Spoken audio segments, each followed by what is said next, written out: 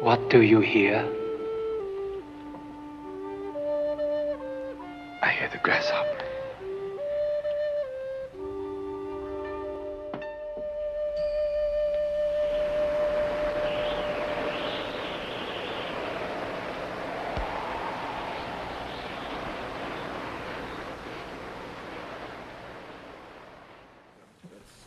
That's even better.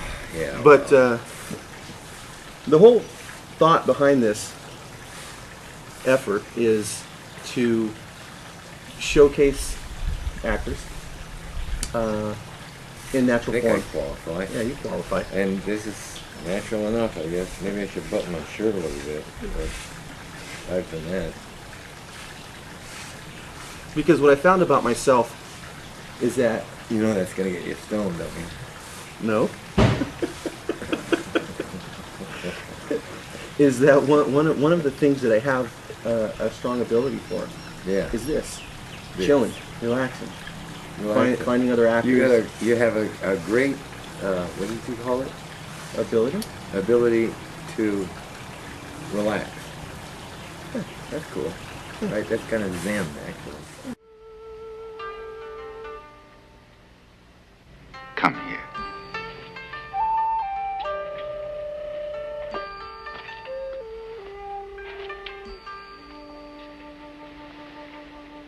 Quickly as you can, snatch the pebble from my hand.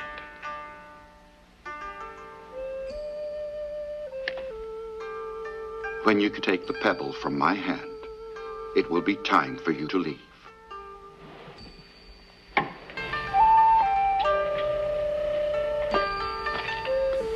Really, I didn't go to college. I didn't. But you did graduate from high school. I took my GED.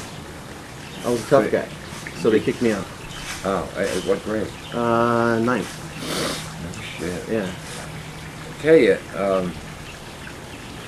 there's a whole lot of people who turned out to be, you know, maybe geniuses, philosophers, composers, right?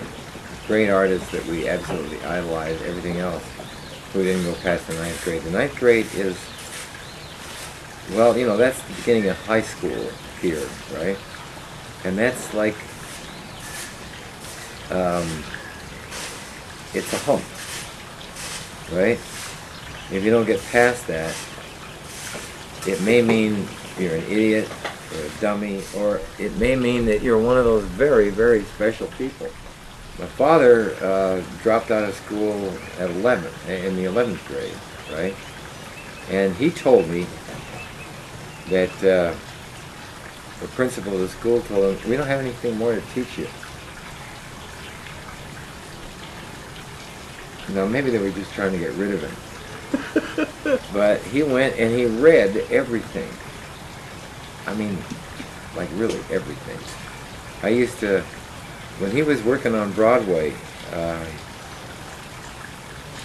and I was living with him in New York, in Manhattan, he would come home after the show, and he'd come up to my room, which was on the top floor of the brownstone that we lived in, 4th floor, right? He'd come up and check on me, you know, like a father's supposed to do. And I was always awake. Well, I pretend to be asleep, you know? And he'd like, you know, go like this or something, and he might even like kiss me. And I pretend to wake up. And I'd engage him in conversation. And he'd sit down on the edge of the bed with his overcoat and his hat on, and just talk to me. And he knew so much. He wasn't into movies. He was into theater. He was into things like opera and stuff like that. That's entertainment, for sure. And for that matter, you know, novels and, you know, epic poems and stuff like that. That's all entertainment. Right. But in terms of the media versions of that, no, he wasn't into that at all. But, you know, you don't need to be educated in that. All you got to do is do what Quentin did, take a job at Blockbuster, and you know, see every video that comes out, which Quentin did. You know that, Right, right. Kind of everybody knows that. He watched every movie there ever was. And it probably gave him all of his abilities and knowledge in editing, pacing, timing, and acting. Well, checking out all that stuff undoubtedly helped him. But Quentin is a little special. He's got a huge brain. It turns out that Einstein's brain was a little smaller than average. So it's not really a huge brain that does it. But you know, they've been, just recently, they're studying Einstein's brain. It's been around for like what? They've been storing it for, what is it, 40 years? A long time, like that. And so they've taken little samples of it and looking at it with a microscope and all that kind of thing. And what they discovered is it isn't very big, but it's really intense. He's got like a double overhead cam in that little engine here. And they just discovered some 3'3" people, well, skeletons, right? They're 12,000 years old on an island off the coast of Bali, which is an island itself. And then you discovered all their artifacts and everything, and it turns out that they're doing stuff that, you know, full-size people, they got a brain like this big, right? This big. Okay. Smaller than a chimpanzee. But they are able to make complex stone tools and do stuff like that. They undoubtedly had a spoken language, which is to say elves or hobbits or something like that, you know. And they don't have very big brains, and they did all this stuff anyway. One of the things in the article that was interesting to me is they talked about the brain wherein the mind resides. Right? And that's the first time I've ever heard the scientific community kind of hint at the fact that the intelligence, the humanity, is not actually necessarily the brain. The brain is just a place where it sits. Because all the mystics have always said that the mind is someplace else, right? That we're just using these mechanical bodies to manipulate things, you know? Because a disconnected mind can't smoke a cigarette or drink a cup of coffee or operate a Ferrari.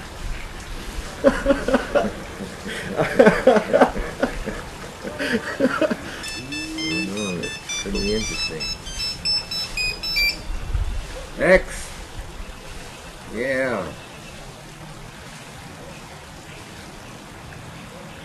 Oh, well, you know me. So did you read that thing?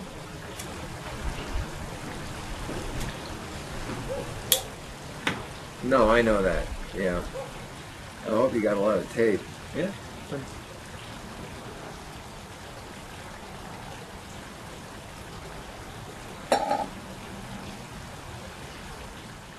I tell you, you know, there are a couple of horror films that I really like, you know.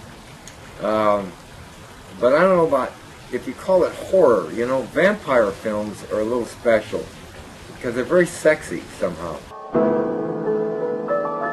I've never heard this music before, yet I'm playing it. You're creating it. For me. It frightens me. It's beautiful. It's the music of the world from which I come. It makes me see strange things. People are dead, yet they're alive. Mine is a world without material needs. It calls to me, but I'm afraid. The fear will pass as the music becomes fixed in your mind. It will make you long to be there.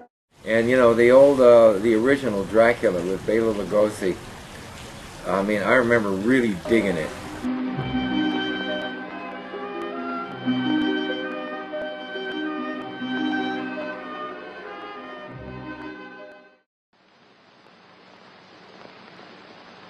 I trust you have kept your coming here a secret. I followed your instructions implicitly. Excellent, Mr. Enfield. Excellent. And the other thing that I loved more than anything was Abbott and Costello meet Frankenstein. Chick is right. This is awful silly stuff. Where they all showed up. The Wolfman, Dracula, Frankenstein, they were all there. And you know, I love that movie. And you know, I saw it in a big theater in New York on Broadway, you know, when they used to have those huge theaters. And it was full of kids, of course. And you couldn't hear any of the dialogue because everybody was laughing so hard. Yeah. And that's my kind of, laughing. You know, that's my kind of horror movie for sure.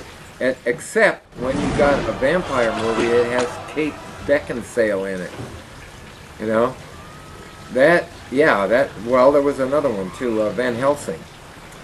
I mean, I hated it when they killed her. I don't like it when you kill Kate Beckinsale.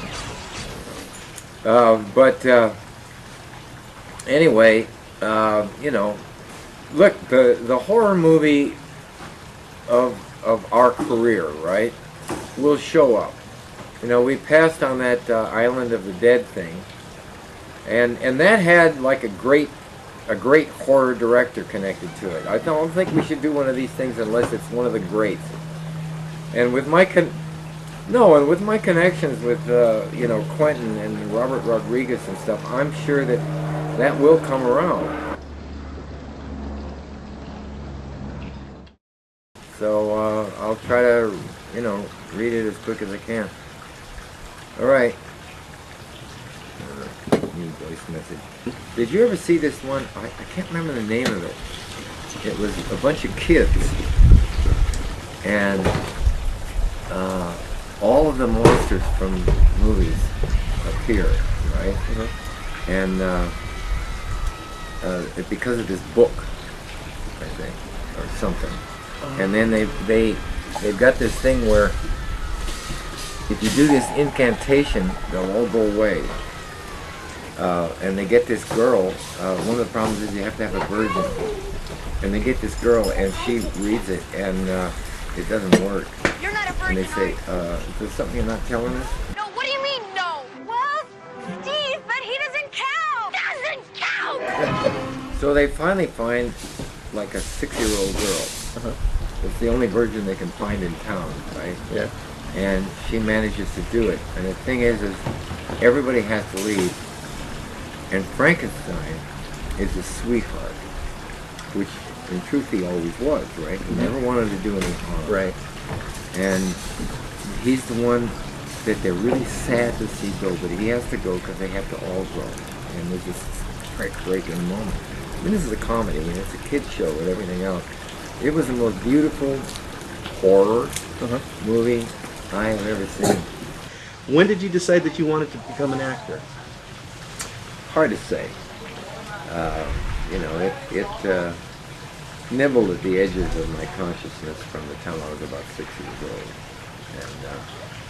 and it finally it hit me probably when I was 22.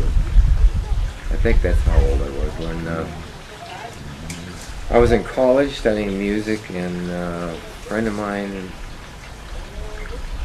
was in drama department. Thing is, the drama department and the music department were in the same building. They walked down the hall, were talking to actors, which I definitely could do easily, partly because my father was an actor, but also partly because actors talk about, you know, things and emotions and stuff like that. Musicians talk about equipment. Almost all they talk about. So, more interesting conversation. And some guy said, you want to be in a play? What play was that? After the nuclear holocaust. I don't even know if it was a nuclear holocaust. It was a long time ago. And there's not much left. The portable phonograph is what it was called. And this one guy has a portable phonograph and a record, and everybody wants to listen to it. And at the end of the thing, somebody comes in the night and kills him so he can get his portable phonograph. Sounds like Burgess Meredith yeah. in that episode of The Twilight Zone. Time. Ah, there's time enough at last. It's that kind of thing. And anyway, he asked me, "You want to be in a play?" And I said, "I don't know what I have to do, you know." And he said, "Well, read this play I've written." You know, so I read it, and I said, "Yeah, okay, I'll do it." And that kind of started it. And then, not too long after that, I went with him across the bay to Berkeley, to one of these little theater companies that were doing production of Romeo and Juliet, and he wanted to go audition, and he wanted some company, so I went with him, and he got a part, and I got a part, and that was kind of the first time outside of school. Was the first time outside of school, and I was acting in school since I was 6 years old, right? You do that, you know. And my dad came up to see it secretly. My mother called him and said, "Hey, you know, your son's in a play." So he flew up from L.A. and was in the audience without anybody telling me he was there. And then he opened up. At that point, he decided, okay, well, let's, you know, I wouldn't call it teaching me, but he started, you know, giving me his wisdom. And Well, that's teaching you. yeah, and at that point, I think I started to get serious about doing that. But I will tell you, actually, I still wasn't that serious about it, because the first lead that I had on Broadway, I was actually standing on stage in the middle of a performance, emoting like crazy with a packed house. And right there in the middle of the performance, it suddenly occurred to me that I might have a future in it. And I was starring on Broadway before it occurred to me that maybe I should, you know, pay attention. One of the reasons, because, you know, even though I was studying composition and theory, what I was really interested in was being a song and dance man. And I was also studying voice and dance, all kinds of different dance, ballet, tap, modern, even a little folk dance, and, you know, all that stuff. And somewhere around that time, they stopped making musicals on film. They just stopped. Dead. I mean, everything.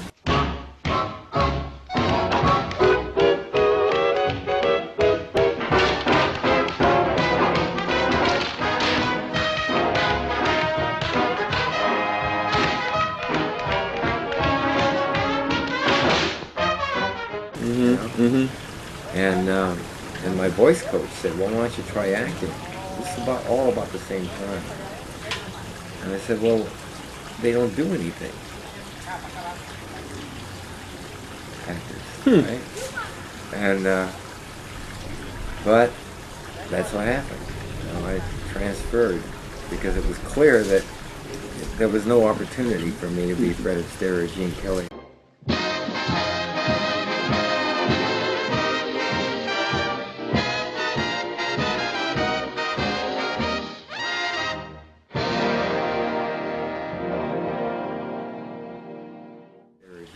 Well, yeah, that's because it wasn't going to happen anymore. Changing of trends. Yeah, it's funny because hardly anybody knows that I actually know how to do all that stuff. You know, I remember when I was watching Chicago, the movie, and Richard Gere was playing the attorney, right? And there's a tap dance. And if you look at the movie really closely, you'll notice that you never see him tap dance. My client has just entered a plea of not guilty. Obviously, because he can't tap dance, otherwise you would have seen it. No, I would. Don't be ridiculous. No, that's thoroughly and utterly absurd. But now that you mention it. And I thought, you know, I should have been playing that part, because there is probably nobody alive who is more of a tap dancer than I am right now. Really? Since the death of That was he was in the movie with Billy Crystal, White Knights. He was in White Knights. That's with Baryshnikov. Yeah, with Baryshnikov. That's incredible. Gregory Hines. Yeah. Since he passed, I am probably the greatest one of that kind of dancer, which is to say, a tap dancer who can really like do a symphonic version of tap dancing. So you're smooth. You're smooth because Gregory is smooth. Man. I'm hot, man. I can do the whole thing. And you know, the other thing is that one of the things, Gregory was a great tap dancer. But I've got, I'm also about half Baryshnikov, right? Because I did study ballet. I mean, I can do all those flying things. And as a kung fu artist, you know, that's dancing too. Right. I probably should have played that part, but you know, Richard Gere, huge stars, and apparently they said, well, we'll get around it somehow, the fact that we can't dance. Erroneous charges. And then he went off and made a dancing movie where he actually learned how to do the tango.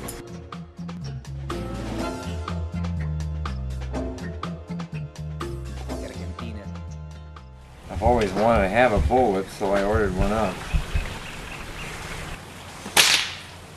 Yeah. Huh? What? We're gonna crack the whip. You killed the flower. Well, you know, this guy was demonstrating his techniques, and this is a serious whipper, right? Right. His name is Spider something. Uh-huh. And I dig what you're doing. And you know, he takes two whips, and you know, in space about 4 or 5 seconds, he cracks them all like. There you go. There you go.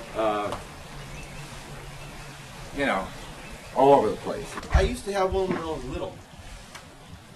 Well, that's why you crack it so good. No kidding. I was never little. What was your nickname when you were 4? I think your mother told me it was Tank. Judging from your side, I don't want to Indian wrestle you. I made Cannonball right after I made Bound for Glory. I had done Death Race 2000. Death Race 2000 is with a bunch of cars that all look like animals and machine guns and stuff like that. And I'm wearing a mask most of the time. And a black vinyl suit. But anyway, I made Death Race 2000. The same director wanted me to do this movie Cannonball, and Death Race 2000 was really kind of really cool movie. Among all of those exploitation movies that I've done, Cannonball is kind of out there, and Death Race 2000 is huge to this day. And as a matter of fact, you know, we made that picture in 3 weeks. It was raining all the time. And very small budget. I just wanted to do it because I had just left Kung Fu and I wanted to do a movie right away. And I wanted to do one that would be totally against the images by Champagne. And I thought playing a character named Frankenstein would do that. That runs over people for a living. And I had no idea that it was going to be incredibly successful. And now there's talk about doing a remake of it. Really? Yeah, I think Tom Cruise is interested in playing me. You know, I really think it's wonderful that I can be an inspiration to young actors, you know, who are trying to make it.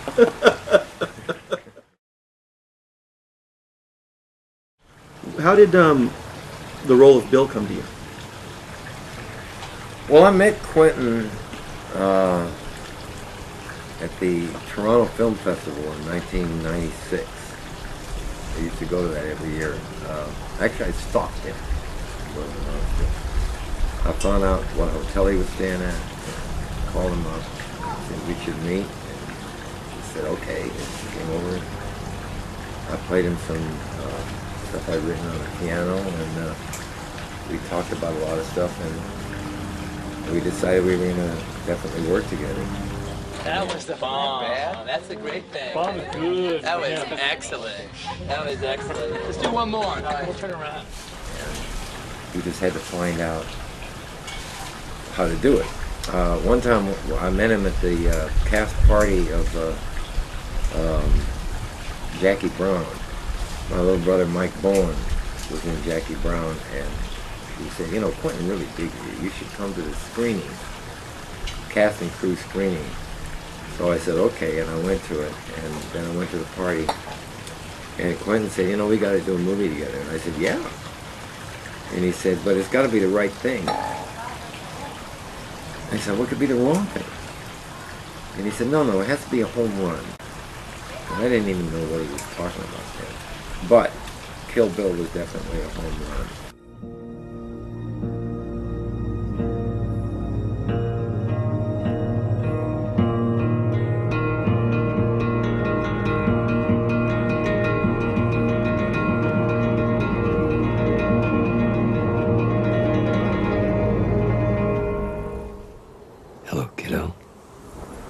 I can understand what he was saying is that he didn't want to use me in one of his movies. He wanted to, like, you know, create a vehicle for you. Yeah, that would like just kind of explode. And apparently it did. I mean, I have never met anybody that's seen the picture that hasn't said, God, you're awesome in this picture. They go, hey man, that's just me. You know, I mean, they didn't even have to work in that picture. All I had to do was just be the guy I am. I'm the man. Which is maybe the best kind of acting that you can do. You know, that's all that the Duke ever did, or Gary Cooper, or Henry Fonda, or Mel Gibson, or Harrison Ford. There's a couple of guys that do characters, and I can do that. I've done it, God, 100 times, you know. I find doubt, and I turn it into will. You can stop doing that now. Doing what? Your hand.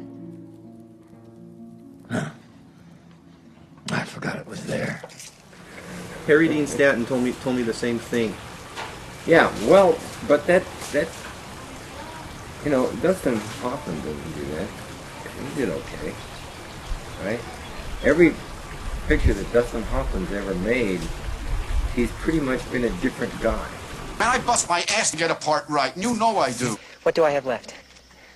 2 jacks, 1 8, 1 king, 1 6. 2 aces, 1 10, 1 9, 1 5. And if you think about Ratso Rizzo, right, the guy in Midnight Cowboy, Enrico Rizzo. Dustin does accents, he does body language, he does. Very few people that achieve stardom do that. Most of them just simply present themselves. And that's one of the, people tell me that's the hard thing to do. I've never found that anything is hard to do. But supposedly that's the top of the heap. And you know, the guys who are at the top of the heap, that's what they do. Any one of those guys who are absolutely at the top, Nicolas Cage, anybody, they are totally recognizable. They never change the way they comb their hair, right? They talk the same all the time, right? Mm-hmm. And they're the huge stars. And the people who are trying to find some other thing besides themselves to play generally are playing supporting roles. And I think that has a lot to do with what the audience wants. You know, they want to go see a movie where they get to see this guy that they really dig be himself.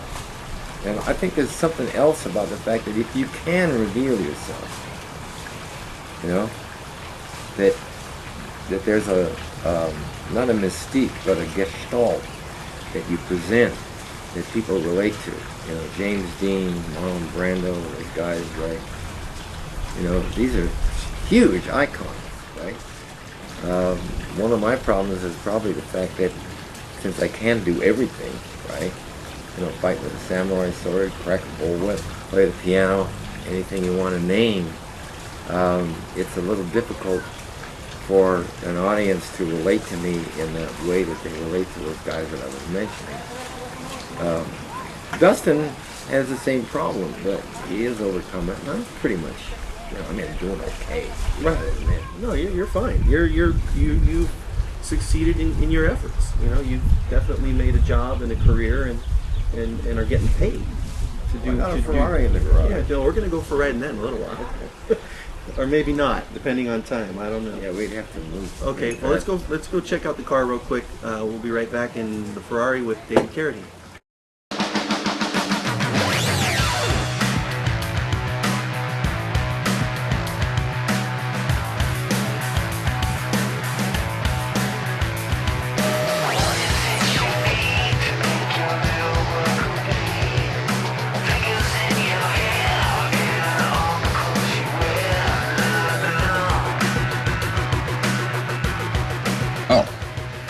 For the record, letting somebody think somebody they love is dead when they're not is quite cruel.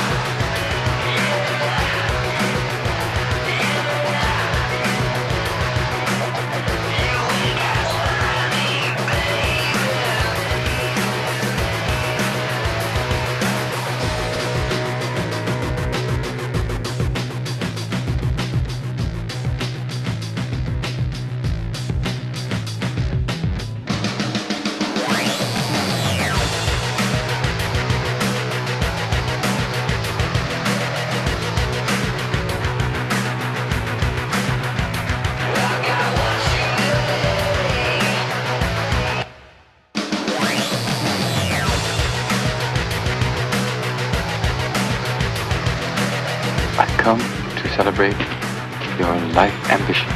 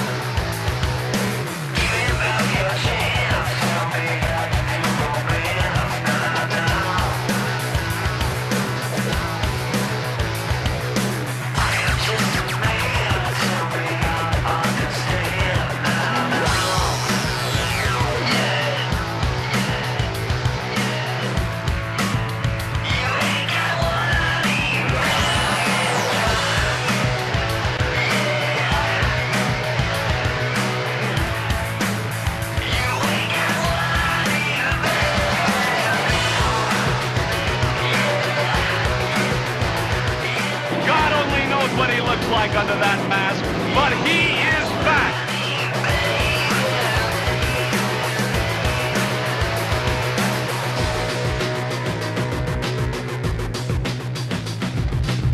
I'd like to thank my guest David Carradine for being with me today. Thank you for joining us, and hopefully next time we'll be connected with more powerful, awesome, intelligent creatures like the man here. Thank you, David.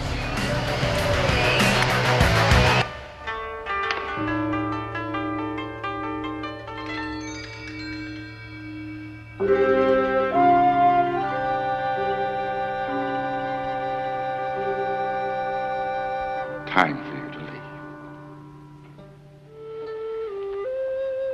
What do you hear?